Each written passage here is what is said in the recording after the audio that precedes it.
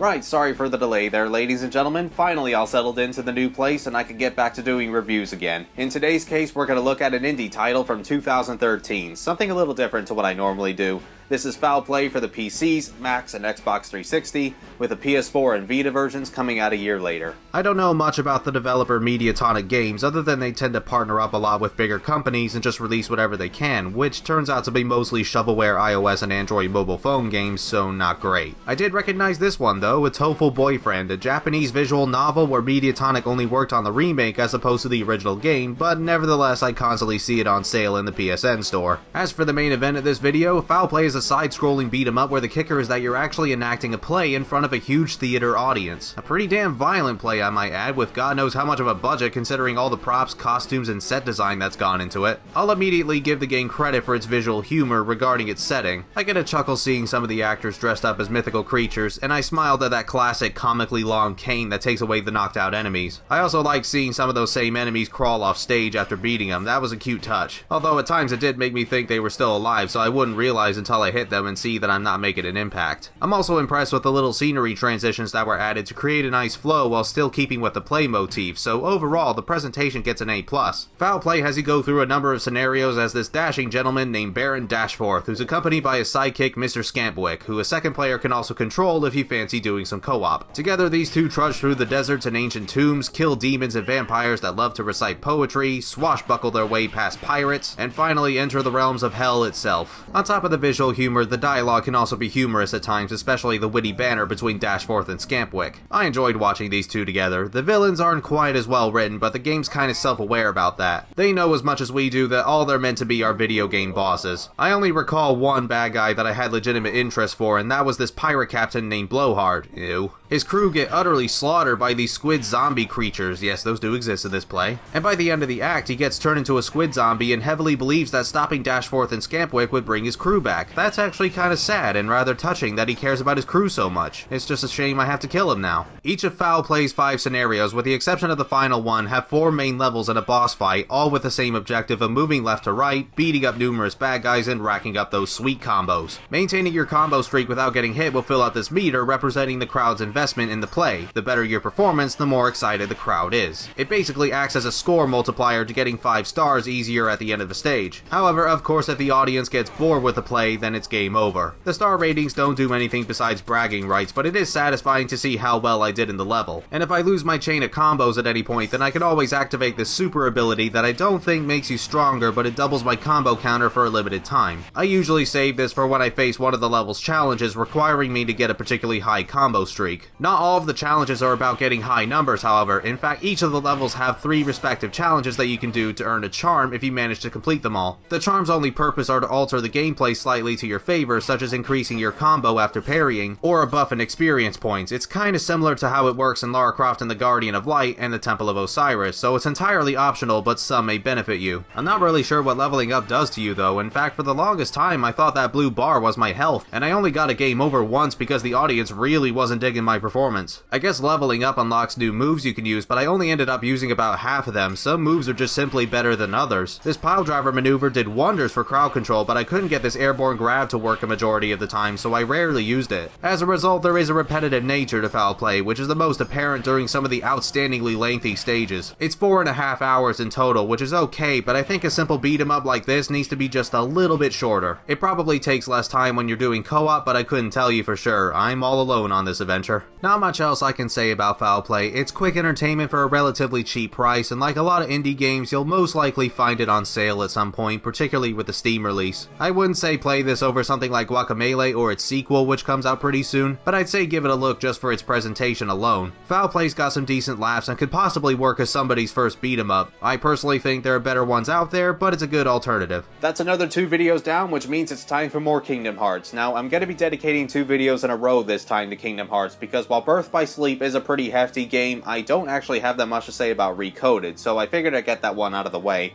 We are making good time so far before Kingdom Hearts 3 comes out, but better to be safe than sorry. With that said, hope you guys have enjoyed this video, and have yourselves a good day. Now, I'm going to be dedicating 2 videos in a row this time to Kingdom Hearts, because while Burp by Sleep...